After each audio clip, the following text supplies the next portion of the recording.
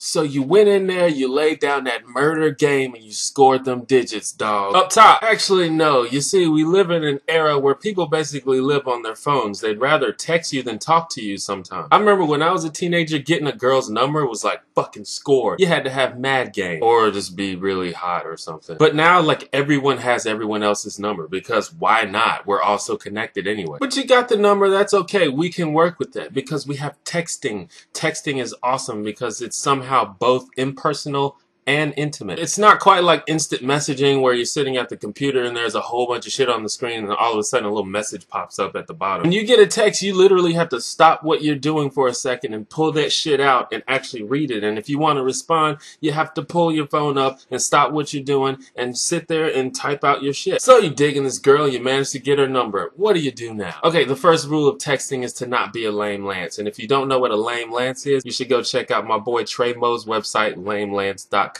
It will make you very self-conscious about what you text to girls. Basically, if you text a girl and she doesn't respond, it's okay to try again a few hours, not a few minutes, a few hours later. But if you texted her 3 or 4 times, which is pushing it by the way, and she still doesn't respond, either her phone is broken or she does not want to talk to you. In either case, you are accomplishing nothing by continuing to text her. Now, some of the lame lances on their website persist for months, and I hope that none of you are that ridiculous. But I understand, you're like, why the fuck she give me her number if she ain't want to talk to me? Well, A, she could have given you her number just to get you to go away and then proceeded to save you in her phone as do not respond. B, she could have given you a wrong number, which is why nobody is responding, and yes, girls still do that sometimes. And C, she could have been drunk. Another thing to keep in mind is that some people just aren't as talkative through text as they are in person. So if she's not as engaging as you'd like her to be, don't automatically freak out. Okay, so whatever. Let's say she's somewhat intrigued. How do you keep from fucking it up? Now, a lot of people make up these rules like you gotta wait a couple days before you text her. You don't want to seem too eager, but I say fuck that. If you give someone your number, that means you are prepared for that person to contact you. As long as you're not lame lancing it up, you should be fine. Now, my basic rule of texting girls is text for you, not for her. What that means is if your text is obviously designed to impress her, then you're probably doing it wrong. You may not know this, but girls are amazing at picking up on that, and usually it means that you're losing. Trying too hard, bro. So just like in person, you want to be playful but not creepy. And when you're texting somebody, you don't want to make it seem like you have nothing better to do than sit around texting her all day. And if that is what the actual case is, then you probably need to leave this girl alone and go get a hobby so that you can become an actually interesting person before you try to holler at people. Another rule, and a lot of guys have trouble with this one, is never make disclaimers or apologize for anything that you meant to say. Now, this may seem counterintuitive because you don't want to offend the girl, but a girl, especially a girl that is interested in you, will let you get away with almost anything as long as it's not completely douchey and as long as you're confident about it. It may seem like your main goal is to keep her happy, but actually you'll find more success if you can make her experience a range of emotions, from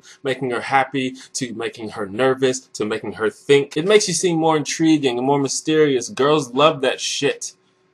Damn it. But don't do it on purpose. Basically, just say what the fuck you want to say. And don't try to impress or manipulate her because it doesn't fucking work. And you might say, well, what if what I want to say is how cute and gorgeous she is? But no, you don't want to say that. You just want to manipulate her into liking you more because you think she's hot, as if that's a thing that happens. Just be honest with yourself, because there are times where you do feel compelled to just give someone a genuine compliment. And that's fine. Basically, what you want to do is, before you say something, ask yourself, am I only saying this because I want to provoke a certain response from her? If so, then it's probably not a good thing to say. And on a similar note, you do want to be silly and playful, but don't make jokes and then put JK Law or like smiley faces at the end of it. That's a bitch move, and you know that shit. You're trying to soften the blow just in case she gets mad or uncomfortable. Well, look, if she can't tell that you're joking without you saying JK, either you suck at jokes or this girl is really dim. You doing that just kind of makes you look unsure of yourself and what you want to say, which is not really attractive. Finally, and the main thing to say about texting people is don't let that be the only type of communication you have with this girl. At some point in your text conversations, you should be arranging hangouts. You will never sweep a girl off her feet entirely through text. Also, don't text people when you're drunk.